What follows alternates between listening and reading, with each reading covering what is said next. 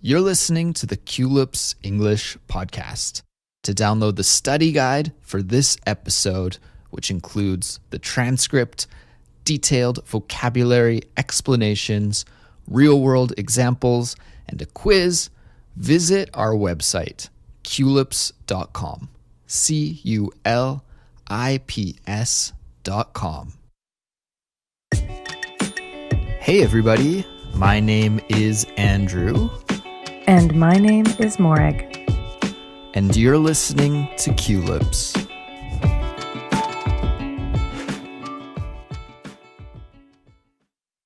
Hey Morag. Hey Andrew, how you doing? I'm doing pretty well. How about yourself? I'm all right. Yeah. Morag, today we're going to talk about luxury goods. And I have kind of a funny story about how I came to think that we should record an episode about luxury goods. Do you want to hear it? Absolutely. Good. Well, after 2 years of struggling with a really terrible, slow, old Android phone, I finally got a new phone and I bought an iPhone X. Oh. And I'm really happy with this phone. I've only had it for about a week now, but in a way that really disappoints me. I'm so happy because of this phone. Like,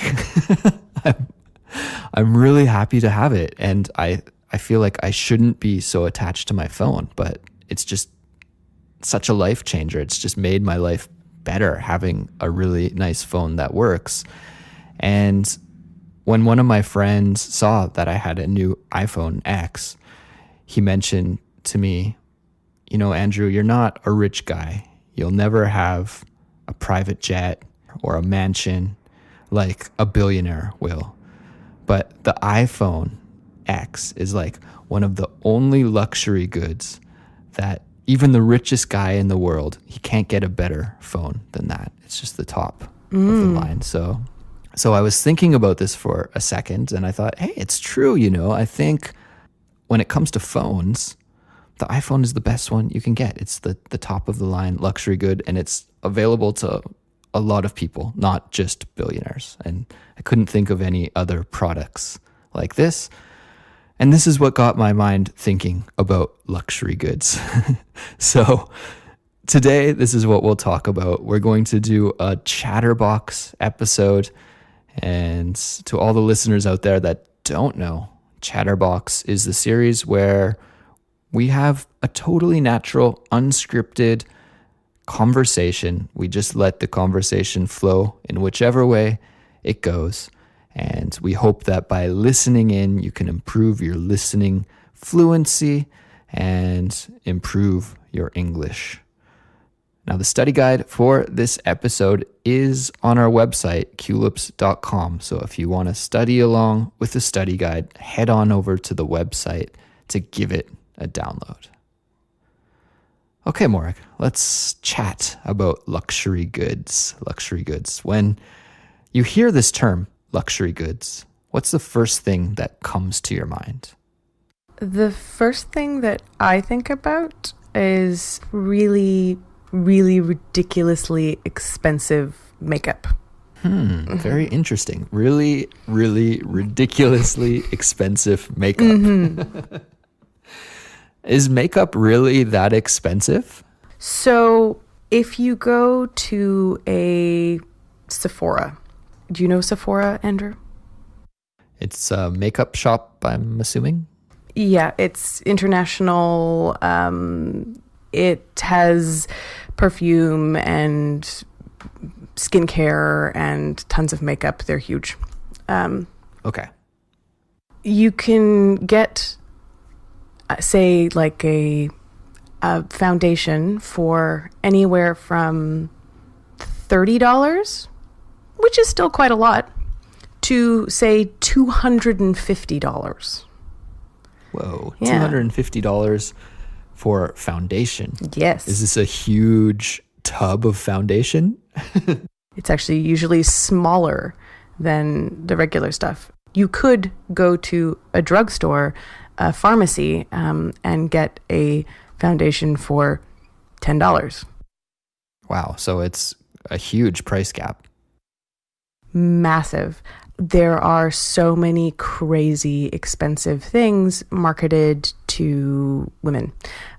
So you can easily, well, not, I mean, I would never have the money, so I could never do this, but you can absolutely put on like $1,500 to $2,000 of products on your face. Whoa. In a day. What? Yeah. Yeah. I've never even considered this before. So if I see a movie star on TV or a singer, you're telling me that they probably have over $1,000 worth of makeup on their face if they're using the high-end products, which I assume they would be wearing. Interestingly enough, you're more likely to see it on, say, like Instagrammers and that kind of thing than celebrities, because putting on makeup for cameras is actually a bit different. And they can actually use like really intense kind of more like stage makeup stuff. But yeah, I mean, like in their regular lives, or people like famous people on the internet generally, yeah, they probably have a lot of money in products on their body and on their face. Wow. Yeah. Now, what strikes me as funny is, from a male perspective, when I think of luxury goods, I think of like high-end sports cars. And I think for a guy, having a luxury product is all about showing off, right? Showing off, like, I drive a Porsche. Look how rich I am. Look how cool I am, right? Nothing against guys that drive Porsches or wear Rolexes. I would like these things too. Yeah. But I think it's about conspicuous consumption, which is showing other people that you have money or that you are wealthy. But going back to makeup now, what I'm curious about is, can you even tell if somebody is wearing this high-end makeup? Is it noticeable?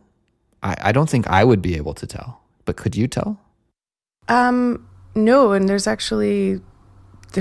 quite a lot of, there's an industry built up around people showing what's called as duplicates. Okay. Things that are, a high-end product and then a lower-end or a drugstore product that looks exactly the same.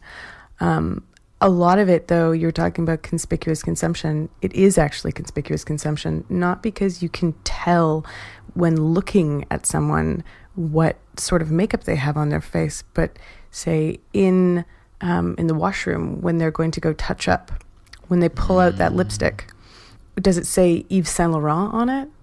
It's that kind of thing. Okay. There's a lot of these luxury makeup goods have crazy beautiful packaging, or they're much like higher quality, or they're metal, or they're all this kind of stuff.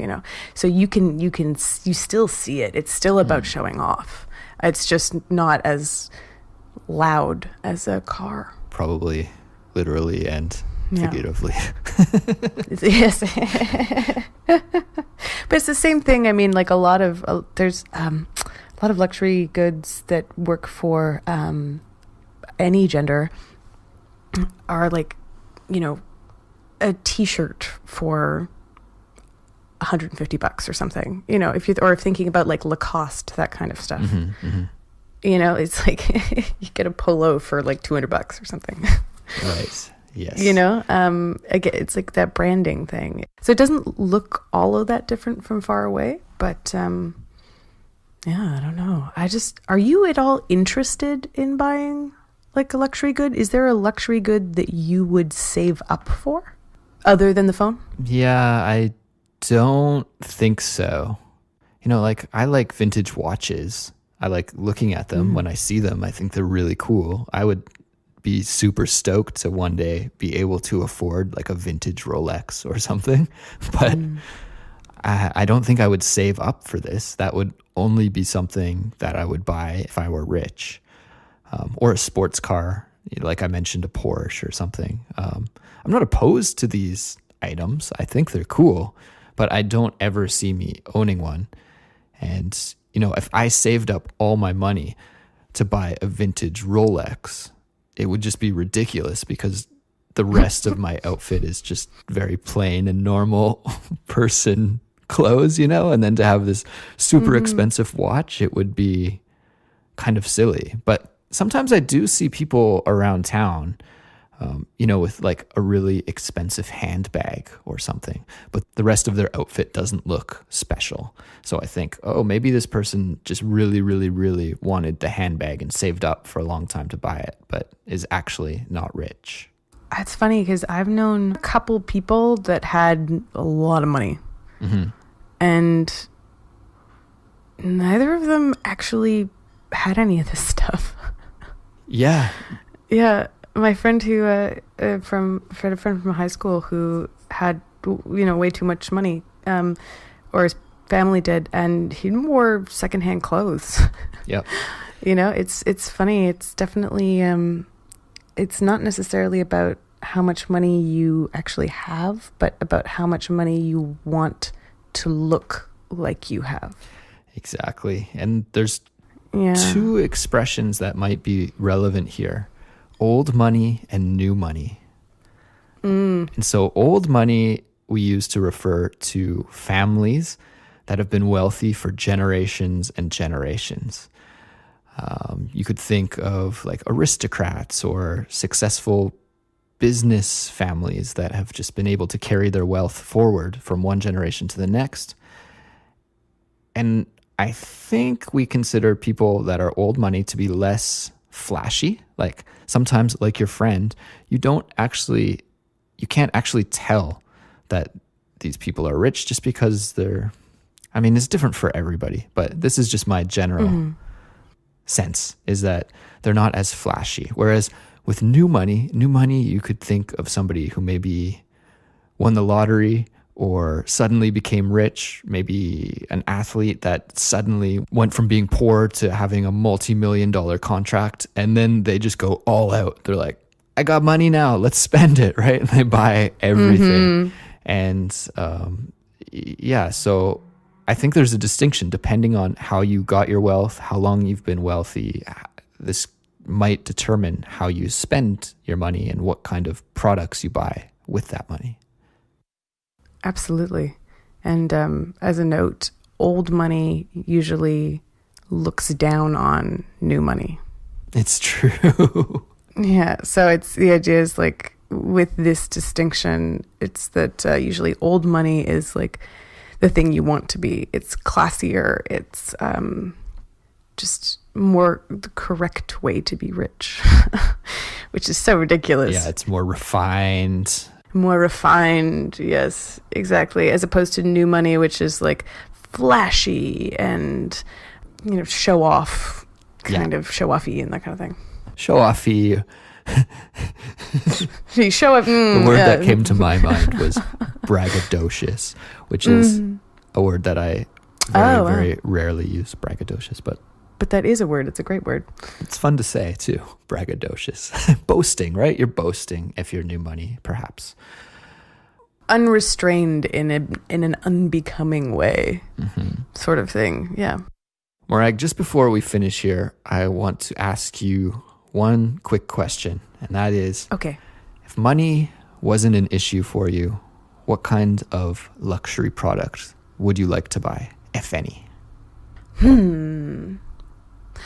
I would want, as this is going a bit crazy. Okay. I would want a car. I have always wanted a 1971 Jaguar E-Type. Ooh, classy. Yeah. I've always wanted that car. I remember about 10 to 12 years ago, they cost about $200,000. So who knows? I'm never getting that car. Maybe one day. Yeah. When I win the lottery. A big lottery. Yeah. Yeah.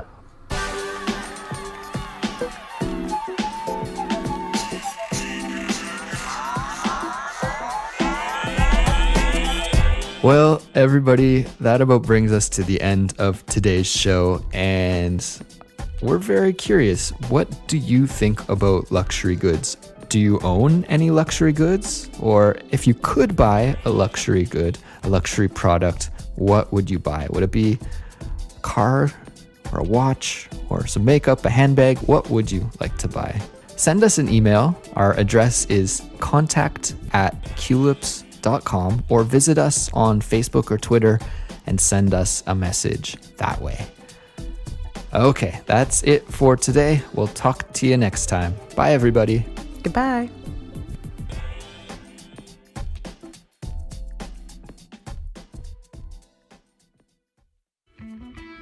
The best way to study with Culips is by becoming a Culips member. When you become a Culips member, you will get full transcripts, detailed vocabulary explanations, and quizzes for each episode. Visit culips.com. That's CULIPS.com